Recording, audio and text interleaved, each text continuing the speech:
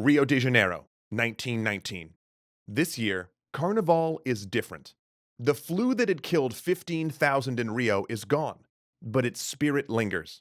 Float crews adopt macabre themes taken from the height of the outbreak. There's the Block of the Holy House, playing off a popular euphemism for the hospital. Behind them parades the Block of the Midnight Tea, named after a rumor that doctors killed terminal flu patients with opium overdoses. Streetcars pass, decorated with teapots and cemetery gates. A few months before, the same streetcars had collected the city's dead.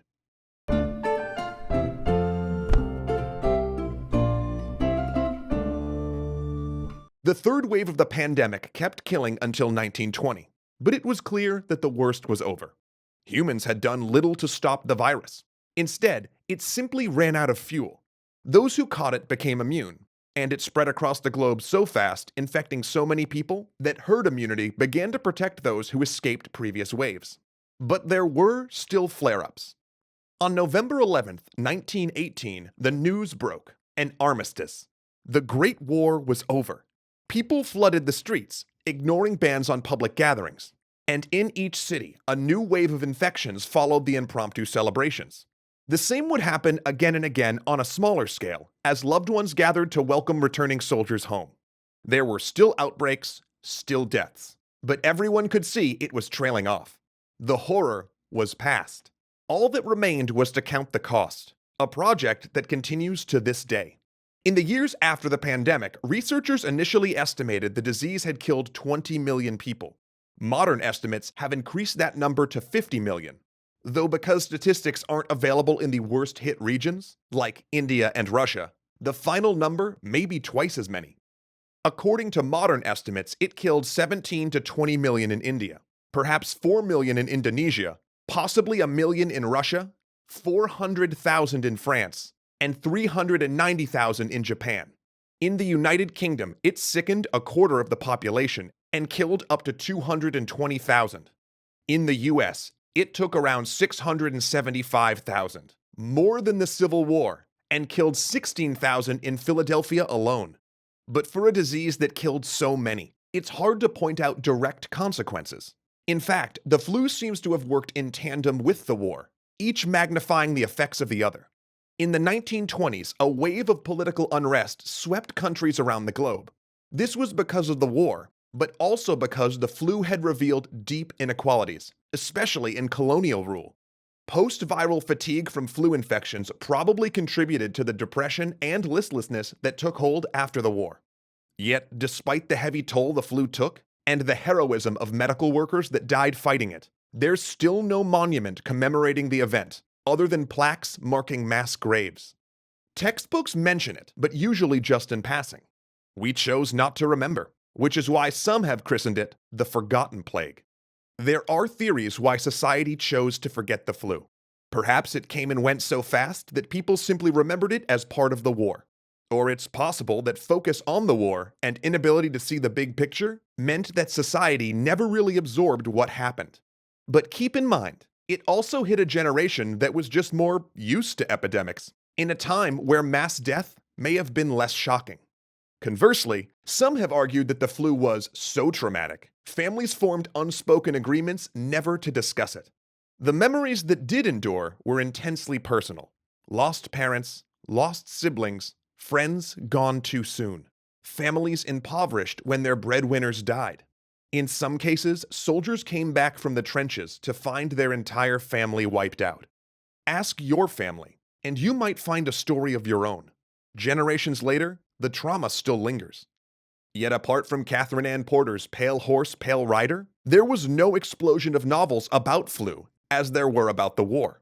It was a more difficult subject, its faceless enemy more challenging to portray than the man-made terror of the trenches. But Porter wasn't the only notable person to suffer from the flu. In fact, it infected so many famous people that it raises a chilling question. How different would our world be if even one of them had died? Among the ill were President Wilson, British Prime Minister David Lloyd George, Gandhi, Kaiser Wilhelm, and General Pershing.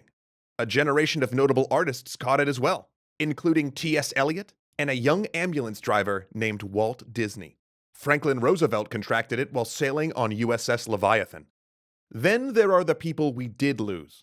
The president-elect of Brazil and Austrian painters Egon Schiele and Gustav Klimt. Lenin's right-hand man succumbed, clearing the way for his replacement, Joseph Stalin. And in New York, the flu killed an obscure German immigrant, allowing his son to cash in his life insurance and expand the family's real estate business. His name was Frederick Trump. You might be familiar with his grandson. But the flu also drove scientific discovery. Doctors developed new surgical techniques and procedures for disease containment. It likely sped up the civilian world's adoption of ambulances. The desperate vaccines produced during the pandemic, cocktails of antibodies from every bacteria doctors suspected, were the predecessor of today's combination vaccines like diphtheria, tetanus, pertussis. Nurses, who bore so much of the burden, won new confidence and respect for their profession. Increasingly, their discipline became more than serving as doctors' assistants, and the flu helped them be seen as professionals in their own right. Many cities and nations, caught off guard by the crisis, established new health departments and organizations to monitor disease. It helped push the idea of national health insurance and government-provided medicine. And it drove research. By the 1930s, researchers were crafting effective flu vaccines. And many who battled flu would go on to do great things. Anna Williams nurtured an entire generation of female researchers. FDR eulogized Welch via radio. And remember Oswald Avery, the guy Welch tasked with finding Pfeiffer's bacillus and who helped develop the pneumonia serum?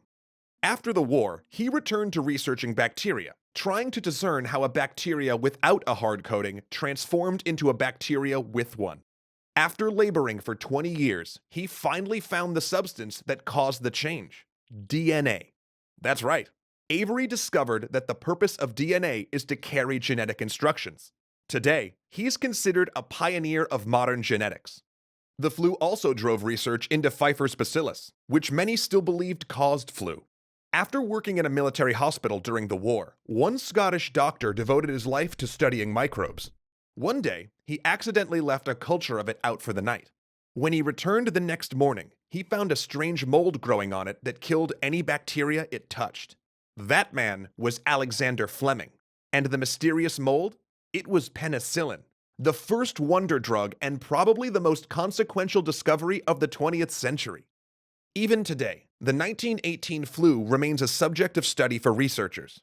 In fact, over the last several decades, researchers and epidemiologists have started to make breakthroughs on the 1918 flu, helping us better understand what happened so we can combat the next great pandemic.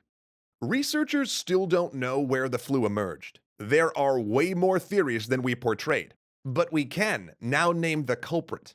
In 1998, researchers obtained a lung sample from a frozen grave in Alaska and confirmed what many suspected. The 1918 flu was H1N1, an avian strain, new then, but is less dangerous now that our immune systems have had a century of exposure. They've also begun to unravel the pandemic's mysteries. For instance, we now suspect that it killed young, healthy people precisely because they were young and healthy. Those patients that turned blue, they probably weren't killed by the flu at all, but by their own immune systems. Once infected, victims' immune systems triggered a massive inflammatory response known as a cytokine storm. But instead of neutralizing the flu, this enormous release of disease-killing cytokines filled the lung sacs with fluid and inflamed them so much they couldn't absorb oxygen. But the greatest lesson of the flu pandemic is that flu can't be ignored. We don't shrug off new flu strains anymore. In fact, many health organizations monitor both human and animal strains, predicting the dominant variety each season and creating vaccine ahead of time. If a new strain does arrive, we'll be much more prepared than doctors were in 1918. We have electron microscopes, antivirals, vaccine labs, and tested containment plans. But a vaccine would still take months to produce, meaning we'd start by using the same measures they did a century ago. Voluntary quarantine, banning public gatherings, staggering work hours. In fact, as Rob researched these episodes, the city where he lives, Hong Kong, closed schools to prevent a seasonal flu outbreak and killed birds that tested positive for avian influenza. A century later, The battle against the 1918 flu and its offspring continues. So seriously, get your flu shot. From an actual medical professional and not a animated cat.